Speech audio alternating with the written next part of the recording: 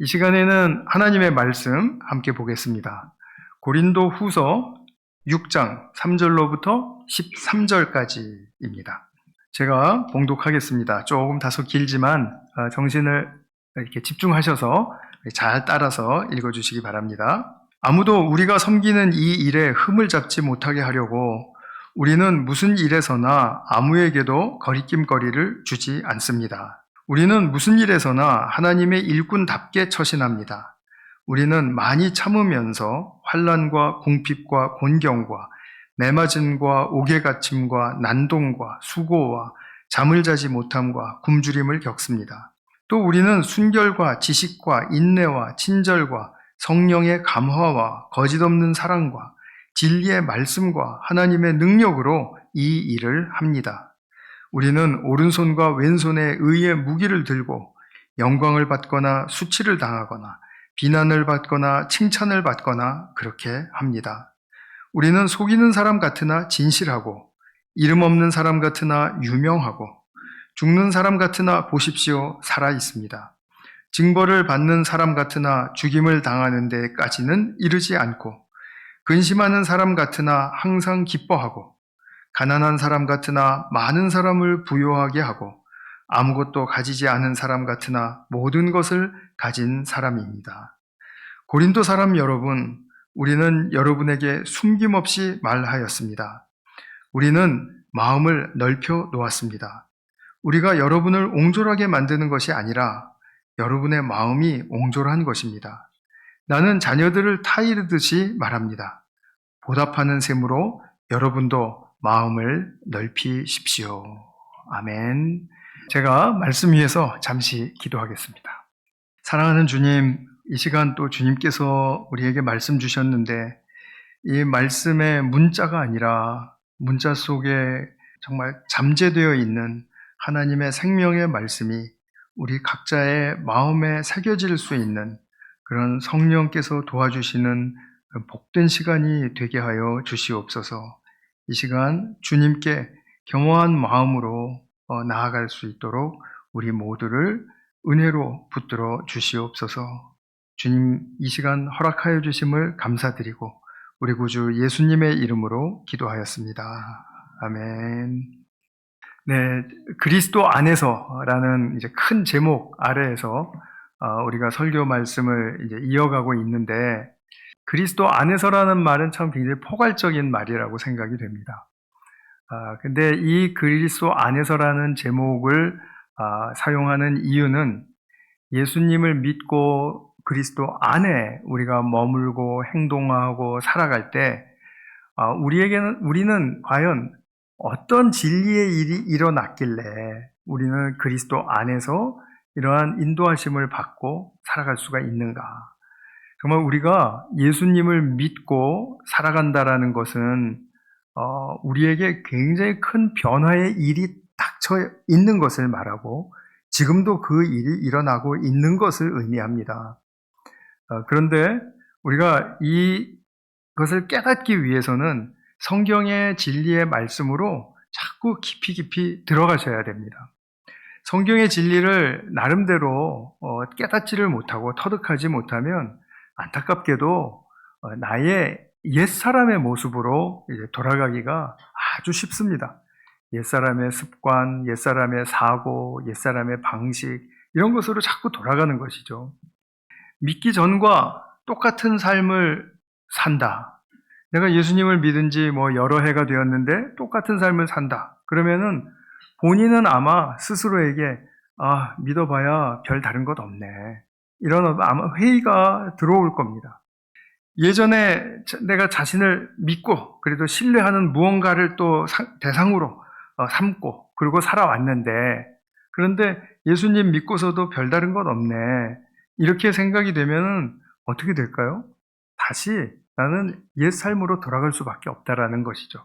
분명히 종교 생활은 하고 있는데 교회도 나오고 또 예배도 드리고 또 나름 기도도 드리고 하고는 있는데 근데 내 마음 깊은 곳에서는 예수님 믿어봐야 이런 생각이 든다면 그것은 옛날에 청교도가 지적했듯이 유사 그리스도인이라고 말합니다. 유사라는 말은 참은 아니라는 뜻이에요. 그러니까 비슷한 그리스도인이다. 말하자면 가짜 그리스도인이다라고까지는 말할 수 없겠지만 물론 구도를 하고 있는 입장에서 그리스도인의 그 자리로 들어가려고 하는 그 애쓰는 모습은 보지만 아직 그리스도의 참된 것은 발견하지 못했고 경험하지 못했다라는 그런 차원에서 유사 그리스도인이라는 그런 말을 사용하기도 했습니다. 그러면 우리는 유사 그리스도인으로 살게 되면 무의미와 허구에 빠지게 되죠. 그런데 신앙생활은 이제 오래 해왔으니까 이것을 포기할 수는 없고 종교 활동가의 이제 행위는 나름 유지를 하면서 이제 계속해서 우리는 간구하는 거죠. 하나님, 나를 좀 잘되게 해주십시오. 그러니까 하나님, 나를 잘되게 해주시는 하나님에게만 치중을 하다 보니까 물론 잘되게 해주시는 하나님 맞는데 근데 그런 하나님에게만 의식하고 또 기도를 하니까 결국은 잘되게 하신 것이 없다고 판단이 될 때는 자기가 얼마나 회의가 들겠습니까? 교회 안에서 우리가 좀 생활을 많이 했다 할지라도 믿기 전의 상태로 돌아간 것으로 보이는 이런 자신의 영적인 현실, 이것은 굉장히 좀 안타까운 일이기도 하죠. 그러나 아마 누구든지 이런 과정을 겪어갈 것이라고 생각합니다. 그렇기 때문에 이렇게 내가 내 자신을 정확하게 보고 유사 그리스도인이구나 라고 생각을 했다 할지라도 그것은 나에게 지금 이 시간에 주님을 바라보라는 사인으로 받아들이시면 됩니다. 그래서 그것으로 힘입고 그리고 지금부터 내가 주님께 어떠한 다른 것으로 주님 앞에 나아갈 수 있을까? 내가 생각했던 그 하나님의 상, 그런 것만이 아니라 이제는 성경에서 말씀해주고 있는 하나님의 상을 발견하고 또 하나님 되심을 찬양할 수 있을까 하는 그런 넓어지려고 하는 그런 자신의 결단이 우리에게 필요한 것 같아요. 기독교의 핵심인 예수 그리스도, 그분이 왜 그토록 치명적으로 중요한가에 대해서 우리가 날마다 알아가야 합니다. 그래서 그리스도 안에서라는 제목이 강조하는 의미가 바로 여기 있는 거죠. 고린도 후서 5장 17절의 말씀 우리가 몇 주 전에 함께 보셨었죠. 그리스도 안에 있으면 누구든 새로운 피조물이다. 보라, 이전 것은 지나갔으니 새 것이 되었도다. 자, 그리스도 안에 있으면 차별 없습니다. 누구든지 새로운 피조물이라고 했습니다. 새 사람이라는 말씀이죠. 자, 그래서 이 새로운 피조물의 특징은 뭔가? 첫 번째로 제가 말씀드렸던 것은 3주 전이 되겠네요. 새 사람이 갖는 눈이 열리는 것이다. 눈이 열려야 된다. 라고 말씀을 드렸어요. 우리가 보이는 것만 보는 삶이 그런 눈이 아니라 보이지 않는 것도 볼 수 있는 영적인 눈을 갖는 것이다. 이것을 말씀드렸고 이것은 뒤에서 제가 이제 또 강조해서 말씀을 드리겠습니다. 또 새 정체성을 어떻게 드러내는가? 내가 하나님의 자녀인데 내가 말로만 하나님의 자녀라고 이야기해서 증명되는 문제가 아니지 않습니까? 그렇다면 하나님의 자녀됨은 어떻게 드러나는가? 우리 갈라디아서 2장 20절을 통해서 보셨죠? 그리스도가 내 안에 사시고 내가 그리스도 안에 삽니다. 그렇기 때문에 내 안에 사신 그리스도께서 살아가실 때 나의 성품과 나의 방식을 통해서 그리스도를 드러내세요. 그럼 그것이 바로 하나님의 자녀됨을 증명하는, 증거하는 아주 소중한 통로이다 라는 것을 말씀을 드렸었습니다.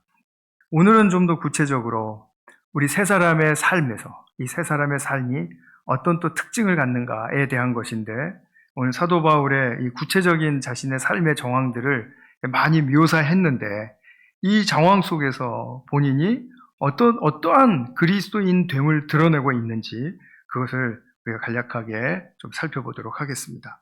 오늘 본문을 읽으면서 참 발견하시는 것은 역설입니다. 역설. 역설이란 말 많이 들어보셨고 알고 계시죠? 역설의 의미가 뭡니까? 현실이 있습니다. 현실이 있는데 이 현실 그대로 가면은 당연히 기대되고 예측되는 결과가 있습니다. 그런데 그 결과가 우리의 예측과는 정반대로 나타나는 거예요. 그러면은 현실은 이러한데 왜 이런 결과가 나타났지? 하고 처음에는 의아해할 수 있지만 이건 내가 몰랐던 어떤 참된 현실이 또 하나 있었구나 하면서 둘 다 참이다.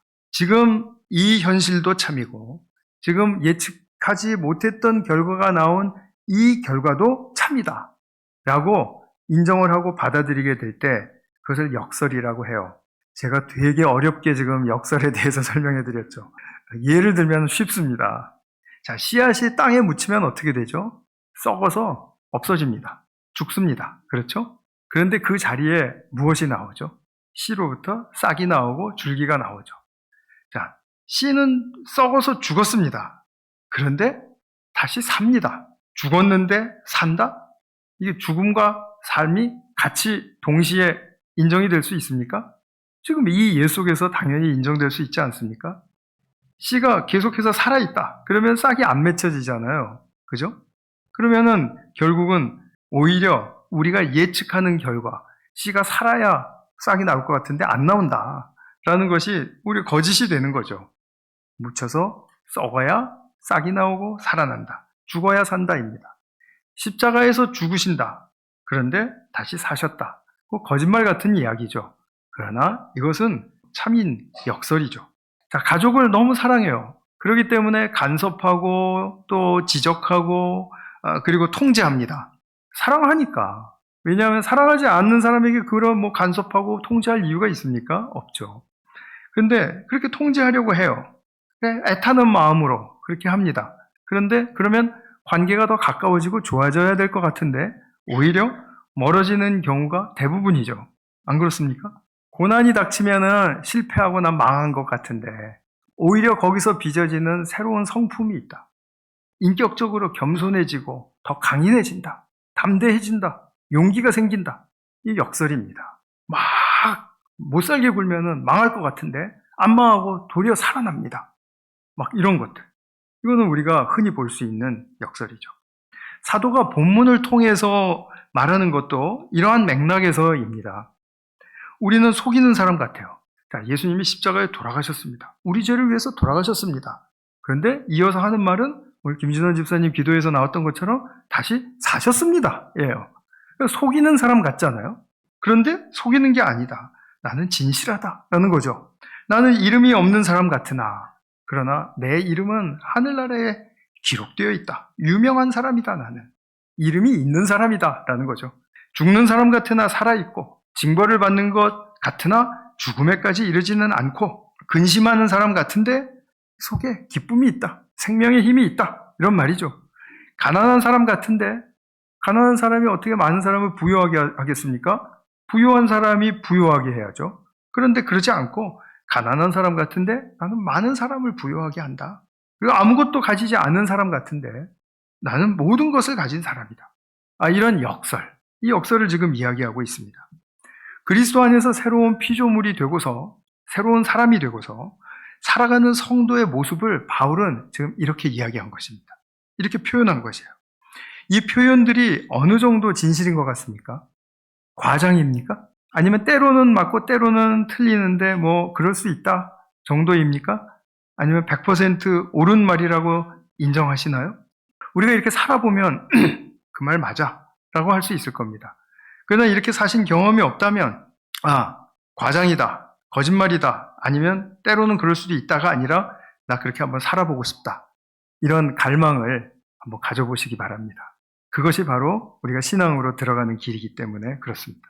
그리스도 안에서 새로운 피조물이 되었다. 새로운 새 사람이 되었다. 그렇게 해서 살아가는 모습을 내가 어떻게 말할 수 있을까요?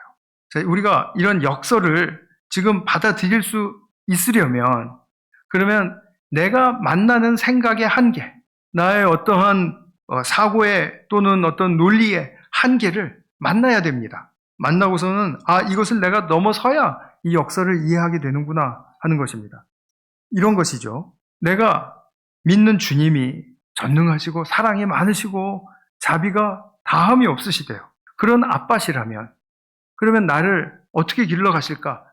애주중지 길러가셔서 귀티도 나게 하시고 그리고 부족한 것도 없게 하시고 그리고 아프고 상처받는 일도 피해가게 또는 막아주시는 일이 있겠지. 이렇게 하면서 주님, 제가 그렇게 하나님 사랑과 자비에 합당한 자녀가 되도록 자녀 되게 해주십시오. 그런 자녀 되게 해주십시오.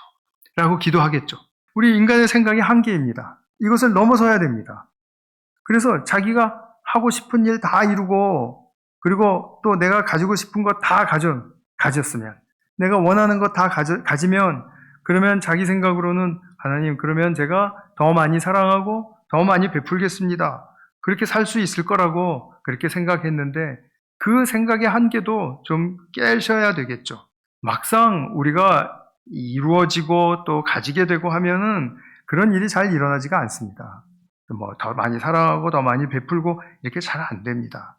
왜 그러냐 하면 이루는 그 삶에 이게 모멘텀이 생긴 거예요. 관성이. 그리고 내가 가져보면은 부족한 것이 계속 보이는 겁니다. 더 채워야 되는 거죠. 그러면 오히려 그렇게 막 이루어가고 채워가는 삶 속에서는 강박에 걸리기가 쉽습니다. 우리 열심히 연구하시고 하는 우리 젊은 교수님들 많으신데 그렇지 않나요? 내가 여기까지만 하면 연구하고 이거 페이퍼 잘 써서 내고 하면 될 것 같은데 그거 끝나면 어떤 생각 드시나요? 더 해야지. 지금 내가 힘이 붙었다. 더 나가자. 이렇게 되는 거죠. 더 이루고 더 가져야 해. 이게 이제 스스로가 스스로에게 주는 강박입니다. 그러면은 어떻게 되는지 하면 내가 예전보다 훨씬 많이 이루었고 가졌다 할지라도 어렵고 가난한 사람들 보면 피해가고 싶어집니다. 이건 인지상정입니다. 피해가고 싶어지죠. 결과는 자유하지 못하는 것입니다. 욕망의 노예가 되어버리는 것이죠. 우리가 사회에서 기득권층이 정말 이렇게 많이 가진 사람들인데도 불구하고 왜 자기들 그것을 계속 그렇게 쥐고 안 놓으려고 하는지 그 심리가 이해가 되시나요? 그 심리가요. 내가 이렇게 잘 살면 잘 살수록 나보다 상대적으로 못 사는 사람들이 내 것을 빼앗아갈 수 있을 것 같은 제도적으로나 정책적으로나 빼앗아갈 것 같은 그런 두려움이 생기는 겁니다. 그러니까 기필코 이것을 놓지 않으려고 그냥 붙들고 사는 거죠. 어떤 일이든지 행하면서 그런 것이죠. 욕망의 노예가 된 것입니다. 우리가 남보다 빨리 성공하면 참된 인간의 길을 빨리 걷는 것입니까? 전혀 그렇지가 않습니다. 그런데 우리는 착각하죠. 우리는 빨리 성공하면 내가 참된 인간이 될 거라고 그렇게 믿는 그 허구의 믿음이 있습니다. 오히려 교만하게 되는 것인데도 말이죠. 삶이 편안하면 나약함에 빠집니다. 강해지지 않습니다. 칭찬은 중요합니다. 그런데 너무 많은 칭찬은 오히려 성장을 멈추게 한다는 사실도 우리는 종종 발견합니다. 그래서 우리가 잘 되는 것 같고 좋아 보이고 충분해 보이는 것이 반드시 선은 아니다 라는 결론을 분명히 지을 수 있어야 됩니다. 반면에 해로 보이는 일이 선을 낳기도 한다라는 사실을 우리는 받아들일 수 있어야 됩니다. 해가 되는 일이 선을 낳기도 한다라는 이 역설, 이것을 받아들일 수 있어야 됩니다. 이렇게 하려면 우리 이제 역설을 받아들일 수 있는 길을 제가 지금 설명을 좀 길게 드린 겁니다. 하나님은 선하시기 때문에 반드시 그분이 계획하시고 역사하시는 가운데 하나님의 선을 드러내시고 그 선의 열매를 장차 이끌어 내실 것이다 라는 것을 믿는 믿음인 것입니다. 이것이 아니면 그리스도인으로서 살아가면서 역설을 받아들이기가 쉽지가 않습니다. 그런데 하나님의 선하심의 역사가 어떤 상황 가운데서 드러나는가? 좋아 보이고 다 이루었고 그리고 또 충분해 보이는 그런 상황 속에서가 아니라 아주 고생스럽고 고통스럽고 아픔이 있고 한 그런 가운데서도 하나님은 선을 이루신다라는 그것을 받아들일 수 있을 때 사도 바울이 말한 오늘의 이 역설들을 우리는 아마 이해하실 수 있을 거라고 생각이 됩니다. 우리가 아까 찬송했죠? 약한 나로 강하게, 가난한 날 부하게, 그리고 눈먼 날 볼 수 있게 주님 계획하셨다. 주님 계획하셨습니다. 그러니까 우리는 어떤 상황이 와도 전천후 신앙이 되는 것이 맞습니다. 내가 원하는 어떠한 기준과 조건에 부합하고 그리고 거기에 충족한다고 해서 그것만이 내 삶의 전부는 성공의 또 선함의 전부는 아니라는 것. 이것을 분명하게 우리가 인정하실 수 있어야 됩니다.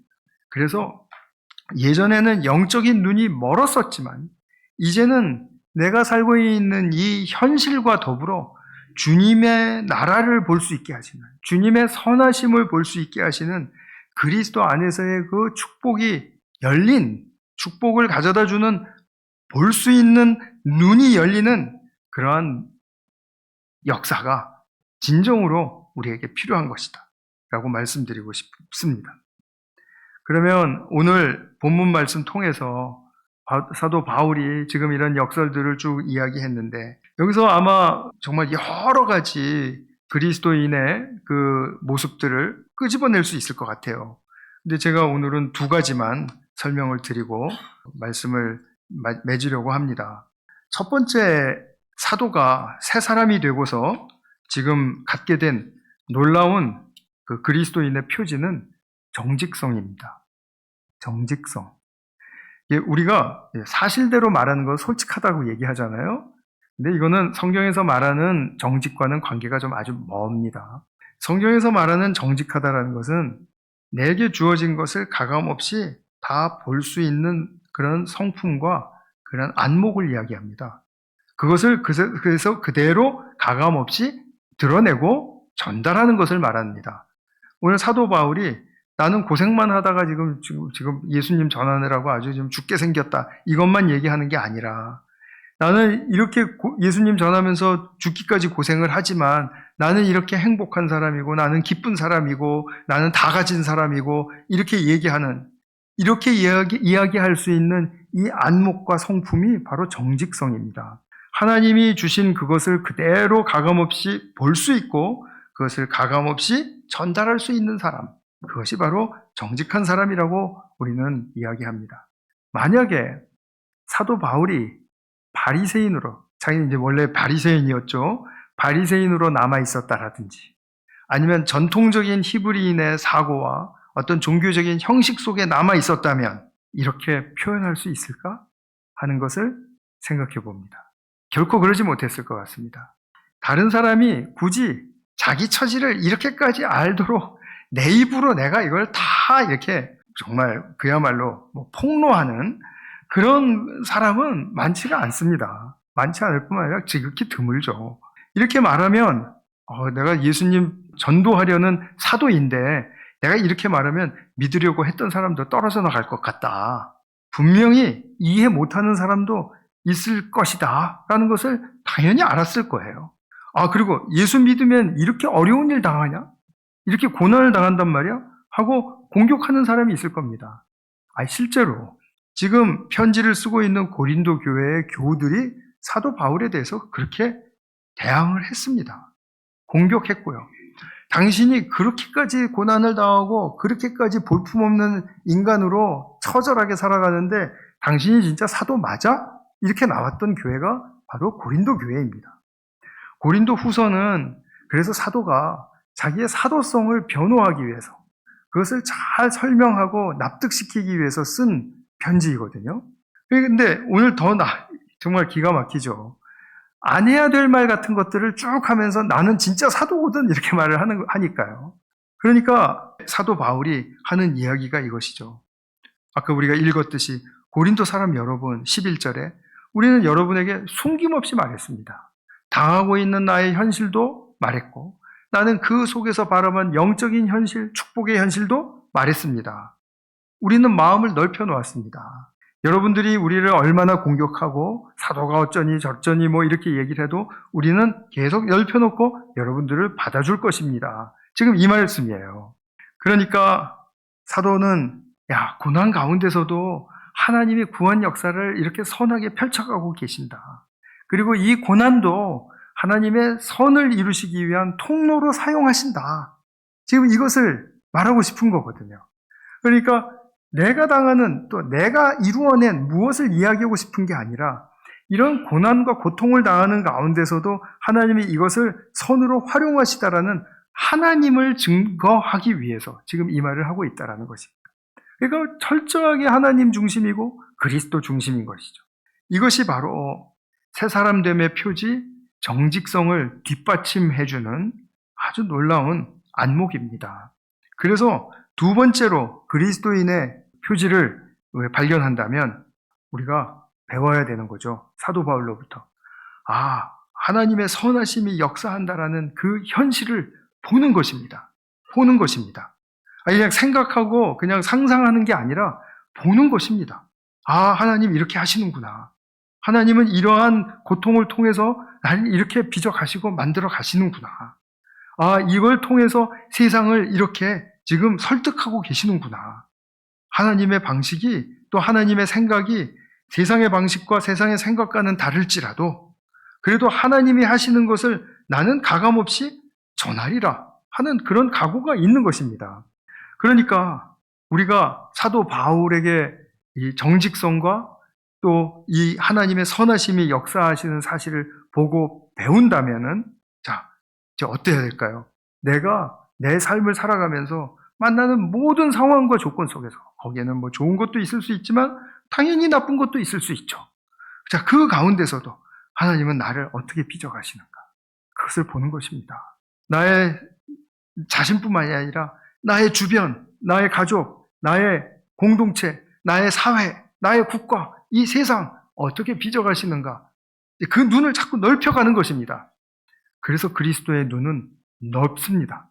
이것이 참 그리스도인의 길이고 참 그리스도인이 지향해야 할 바로 목표입니다. 이것이 바로 그리스도인을 그리스도인답게 만드는 것입니다. 그래서 이러한 나날이 넓혀가는 이 자신의 안목과 자신의 생각과 자신의 이 믿음을 넓혀가는 이 넓혀가는 그들이 나 말고 또 있을 때 그때 우리가 되는 거죠. 이 우리는 바로 참 공동체를 의미하는 거죠. 사도 바울은 오늘 본문 속에서 내가 이렇게 당하고 나는 이렇게 했고 이렇게 얘기하지 않고 우리가 당하고 우리가 발견했고 우리는 이런 사람이고 우리로 일관해요. 왜 그럴까요? 나 혼자가 아니다. 이렇게 하나님의 역사를 증거하고 싶어하는 또 다른 동료 그리스도인들이 있다. 그것이 무슨 소그룹이든지 소공동체든지 상관이 없습니다. 그런 사람들이 있다라는 사실에 대해서 힘을 얻는 것입니다. 한 사람이라도 있으면 힘을 얻는 것입니다. 대부분의 믿는 사람들이라고 하면서 지금 고린도 교회 같은 경우에는 뭐 무슨 파로 나뉘어져 있고 또 사도 바울은 진짜 사도가 아니다라고 공격하고 있고 지금 이런 가운데 있습니다. 그러면 대세에 떠밀려서 이 교회는 지금 분열될 위기에 있습니다. 그런데 사도는 그것에 개의치 않습니다. 그리고 내가 사도됨으로 이렇게 지금 그리스도인으로서 일하고 있는 바로 이런 사역 속에서의 모든 현실, 이 두 가지 현실을 나는 가감없이 숨김없이 당신들에게 말합니다. 자, 이제 보십시오. 하나님의 역사를. 지금 이런 말이 붙어야 되겠죠. 우리가 사도의 가르침을 통해서 정직성을 회복하고 하나님의 선하심이 역사하는 두 현실을 볼 수 있는 이 눈을 갖고 그것을 열고 산다면 우리는 넓어지는 사람들이 됩니다. 넓은 마음으로 하나됨을 이루는 사람들이 됩니다. 이게 참 교회죠. 참 교회의 모습이죠. 이 하나됨을 통해서 우리는 생명의 힘은 어떠한 세상적인 역경 속에 처한다 할지라도 담대하게 우리가 헤쳐나갈 수 있다. 버틸 수 있다. 인내할 수 있다. 라는 그런 결단을 갖게 되고 또 소망까지도 품게 됩니다. 내가 조금 더 인내하자. 조금 더 한 걸음을 나아가자. 조금 더 넓혀보자. 이렇게 결단을 한다면 하나님께서는 우리의 그 결단을 절대로 무시하시지 않으실 겁니다. 오히려 거기에 힘을 더하시고 그리고 여기에서 우리가 만나는 이 많은 역설들 처음에는 이해가 잘 안 가고 저도 모순 덩어리네 라고 생각했던 것들 그런 것들을 오히려 이해할 뿐만 아니라 즐기는 힘까지 주실 것입니다. 즐기는 힘. 이 역설이 즐거워지면 그러면 우리는 세상을 다 얻은 것 같은 것입니다. 사실은. 그래서 고린도 교회 교우들은 바울과 바울의 동료들이 뭐 수치를 당하고 고통을 당하고 또 그냥 징벌을 당하고 막 이러는 그런 것들을 듣고 또 보고 그리고 그들을 마음에서 밀쳐냈던 것 같아요. 그러니까 사도 바울이 뭐라고 얘기하냐면 우리가 여러분들을 옹졸하게 한 것이 아닙니다. 우리가 이렇게 당하고 있는 이 현실, 우리가 나약해서 당했다라고 여러분들 생각하죠? 우리가 나약하고 우리가 별거 아니라고 생각하니까 여러분들이 우리를 밀쳐내면서 지금 마음이 좁아져 있죠? 그런데 우리가 여러분들의 마음을 그렇게 옹졸하게 한 것이 아닙니다. 여러분들이 스스로 마음을 옹졸하게 한 것입니다. 라고 지금 12절에서 이야기하고 있습니다. 그러면서 사도는 다시 권면하죠. 아니 뭐 그러려면 그러고, 아니 됐어 이제는 나도 정말 당신들한테 당하는 거 지겹다. 뭐 이러고 딱 끊자. 정 그렇다면 뭐 우리 안 만나는 게 좋겠네 하는 마음이 아니고 뭐라 그러죠? 나는 자녀들을 타이르듯이 말합니다. 보답하는 셈으로 여러분 마음을 넓히십시오. 마음을 넓히십시오. 라고 그렇게 이야기해요. 어떻게 보면 자존심 상하는 사도의 말입니다. 세상적으로 본다면 그렇죠. 자기를 그렇게 멸시하고 아니라고 그렇게 그냥 고집불통이처럼 배척을 하면서 밀어내는 사람들에게 마음을 좀 넓히십시오. 라고 이야기를 하는 것이 이게 보통 우리의 인간적인 자존심으로는 나올 수 없는 말이죠. 그런데 사도는 그래요. 왜냐하면 자기는 이미 넓혔다라는 것이거든요. 11절에서 그랬지 않습니까? 우리는 마음을 넓혀 놓았습니다. 여러분들이 어떻게 대항하고 어떻게 공격을 해도 나는 받아줄 준비가 되어 있습니다. 라는 거거든요. 그러니까 지금 사도는 마음을 넓히십시오. 라고 타이르듯이 이야기를 한다. 이렇게 표현을 하는 것입니다. 이것이 바로 우리가 참된 공동체를 이루어가면서 신앙 속에서 만나는 처음에 듣기에는 그 수많은 모순 덩어리처럼 들렸던 것들이 이제는 정말 풀려지고 그리고 그것으로 말미암아 즐기는 힘까지 얻게 되는 바로 그 길을 걸어가게 하는 것입니다. 무엇도 이제 거저 얻어지지는 않죠. 그렇죠? 우리가 그러나 어떤 상황 속에서도 마음을 넓힌다라는 말은 이것은 축복입니까? 저주입니까? 당연히 축복이잖아요. 우리가 한 번만 접고 생각해 보면 알 수 있는 거 아닙니까? 그러면 왜 우리는 축복의 그 넓어짐을 마다해야 하는가? 아니지 않습니까? 그건 아닌 거죠.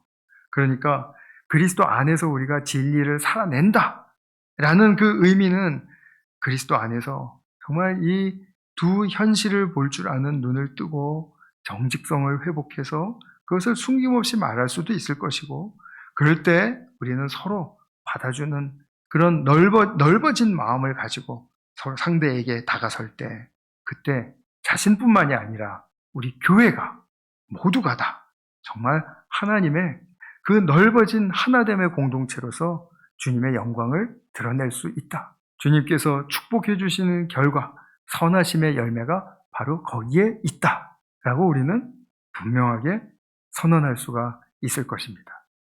오늘 사도를 통해서 우리 교회 몸담은 모든 성도님들이 이 하나님의 선하심을 발견하고 누리는 삶으로 인도받으시기를 주님의 이름으로 축원합니다.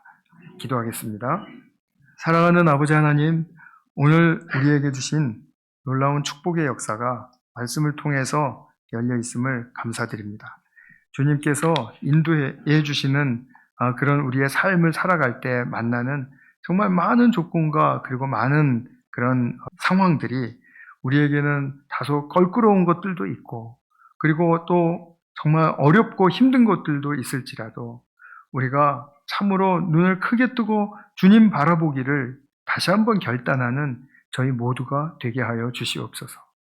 그래서 주님 보여주시는 것들이 우리의 영적인 눈에 들어왔을 때 우리의 마음은 넓어질 것이고 넓어진 마음 속에 많은 성도들, 많은 사람들이 내 가슴에 품어질 것이고 또 그러면 정말 우리는 참된 아름다운 공동체를 이루는 것이며 그 이루는 공동체 속에서 하나님께 영광을 돌리고 또 축복받은 그러한 하나님의 선하심을 다시 한번 증명하는 그런 귀한 자녀들로서 세워지게 될 것입니다.